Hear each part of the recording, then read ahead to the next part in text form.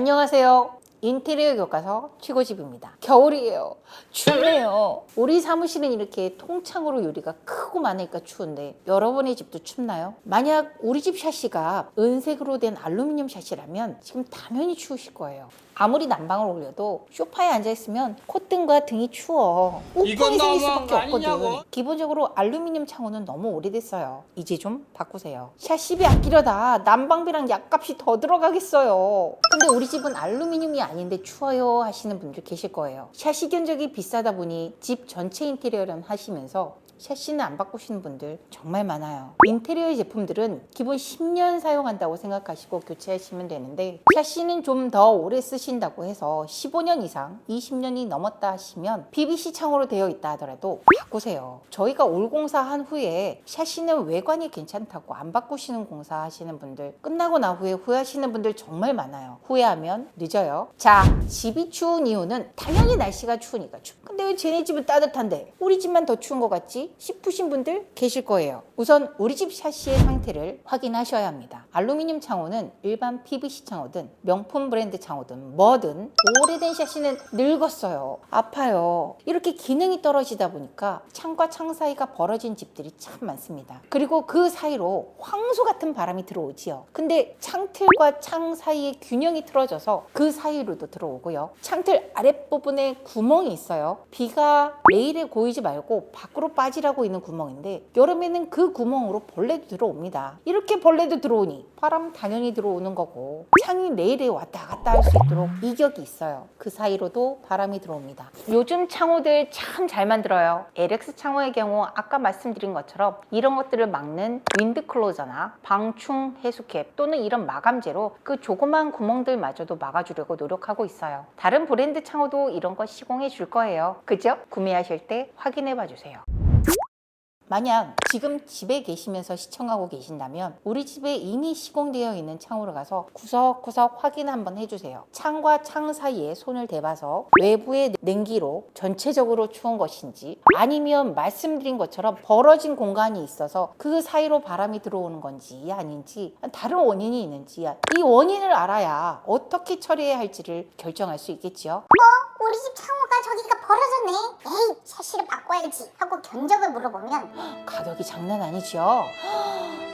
샤시 바꾸기도 부담스럽고 그렇다고 벌어진 샤시를 그냥 쓰자니 춥고해서 여러분들은 어떤 방법을 구상하시나요? 여러분들 샤시 유리 부분에 뽁뽁이 붙인 집들 꽤 많아요. 정말 따뜻하다고 느끼시나요? 그렇게라도 위안을 받을 수 있다면 하셔야죠. 그런데 제가 그런 상황이라면 저도 참 난감할 것 같아요. 혹시라도 전세나 월세의 경우라면 남의 집 그 비싼 돈 들여서 바꿀 수도 없고 집주인은 안 바꿔주고 인터넷에 샤시 외풍을 검색해보면 각종 외풍을 막아주기 위한 제품들이 많이 나와 있어요. 어떤 제품들은 정말 효율적으로 잘 만들었다 싶기도 하더라고요. 근데 중요한 거는 그 문 사이의 바람들 막겠다고 여러 가지 문풍지들을 사용하시는데 잘못된 방법으로 사용하시면 더더욱 창 사이가 벌어져서 내년엔 더 많은 바람이 들어올 수 있어요. 그러니까 고르실 때 창과 창 사이나 벌어진 것들을 모아주는 형식의 제품을 사용하셔야지 사이에 끼워 넣는 메꾸는 방법의 제품을 사용하시면 내년에는 벌어졌던 공간이 더 벌어지기 때문에 샤시의 수명이 단축됩니다. 보수해서 사용하시더라도 그런 어리석은 방법을 찾지 않으시길 바랍니다. 제가 추천드리기에는 자석 형식도 있고 뭐 양면 스티커로 된 형식도 있고 가운데 자크도 있어서 간단하게 열 수 있는 전체 창호를 모두 감싸는 비닐 방풍 제품들이 많이 나오더라고요. 제품만 좀 견고하다면 그런 제품 샤시 프레임이 잘 붙여서 한겨울 사용하시는 것도 조금은 효과가 괜찮지 않을까 싶습니다. 외벽의 두께가 얇거나 유리의 두께가 얇아 외부의 냉기가 느껴지는 것과 창과 창 사이에 바람이 빠져나오는 것은 시공해야 하는 방법이 다르니까 비닐 방품 제품은 벌어진 창 사이로 들어오는 바람을 막아줄 수 있는 기능이 있습니다. 우리 집 상황을 보시고 설치해 보시는 것도 좋을 것 같아요. 그리고 두꺼운 커튼을 사용하셔서 창문에 냉기를 막으시는 분들도 꽤 계시는데 커튼은 외부의 바람이 들어오는 것을 막는다는 것보다는 외벽이 얇아서 창이 얇아서 느껴지는 찬기를 막는 데 효과가 있습니다. 그런데 커튼을 사용하시는 분들은 겨울이 지난 후에 커튼을 들어서 내부를 한번 확인해 주세요. 거기에 곰팡이가 생겨 있을 가능성 꽤 높습니다.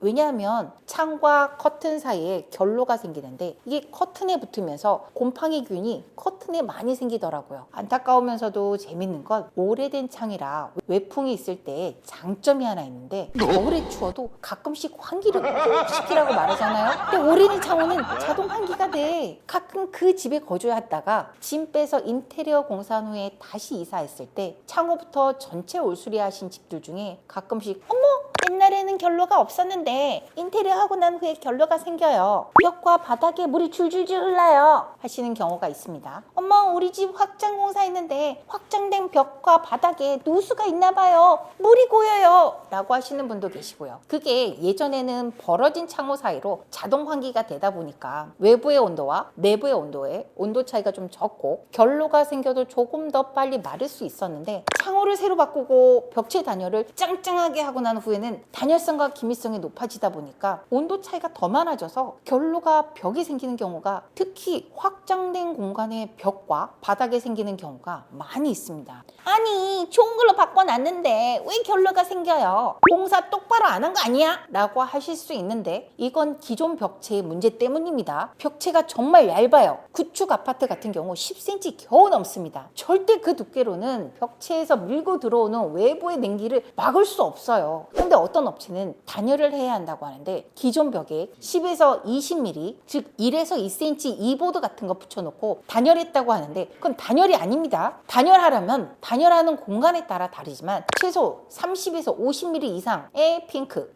단열재에 대해 조금 얘기할게요. 단열재 종류가 정말 많고 시공 위치와 방법에 따라 사용하는 게 정말 다양합니다. 근데 가끔씩 오셔서 4등급 압출법 보호판 1호로 단열 견적 내주세요 하면서 뭐 어려운 용어로 말씀해 주시면 제가 못 알아들을 줄 알았던 걸까요? 아니면 자신이 전문가니까 무시하지 말라고 하시는 걸까요? 어떤 상황인들 잘 모르면서 괜히 전문 용어 막 쓰시면 안 돼요. 이상한 결과 나옵니다. 본인이 모른다는 거 금방 뽀록 나요. 이것도 나중에 차차 또 말씀드리겠습니다.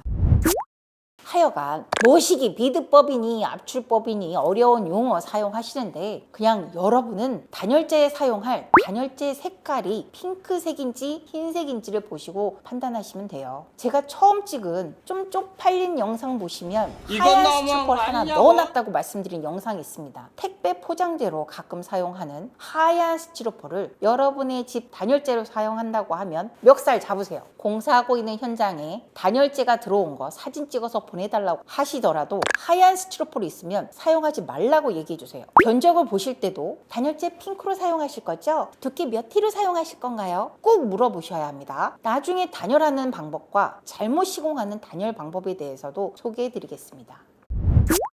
또 어떤 분들 탄성 코트가 단열성이 있다고 해야 한다고 하는데 정말 미쳐요. 그런 거 다 엉터리입니다. 도대체 어디서 이런 말 듣고 말도 안 되는 정보 듣고 말씀하시는 건지 그런 말 하시는 업체든 부동산 사장님이 이런 말 특히 많이 하시더라고요. 사이트든 무조건 걸으세요. 탄성 코트, 세라믹 코팅 등등 여러 가지 이름이 있지만 이거 그냥 발코니 마감재입니다. 탄성 코트에 대해서 다음에 영상 만들어 드리도록 하겠습니다. 1, 2mm 정도의 코팅된 제품이라고 생각하시면 되고요. 단열성 없습니다. 자재나 시공되는 제품에 대해 정확한 이해도가 없으면 기대와 다른 결과가 나오니까 모르는 자재들은 꼭 확인해 봐 주세요. 많이 물어볼수록 그리고 그런 걸 참 잘 설명해 주는 업체일수록 후회가 적어지실 거예요. 괜히 가등급 압출법 보호판 1호 같은 쓸데없는 아는 척 하지 마시고요. 아셨죠? 여러분 보일러 잘 틀고 계시죠? 혹시 돈 아낀다고 어떤 방은 켜고 어떤 방은 안 켜는 거 아니시죠? 확장된 방 있다면 무조건 보일러 잘 켜시고요. 가끔 저희 단열 공사한 후에 춥지 않다고 해서 난방을 켜지 않는 분들이 계시는데 확장 공사 했다면 높지 않더라도 무조건 난방은 켜 놓으셔야 합니다. 안 그러면 결로가 거기 다 모여요. 그럼 올 겨울도 춥지 않게 잘 보내시고 우리 집 상황은 어떤지 댓글로 남겨주세요. 또는 이메일로 보내주세요. 사진도 함께 주시면 좀 더 자세히 설명드릴 수 있을 것 같습니다. 이상 최고집이었습니다. 감사합니다.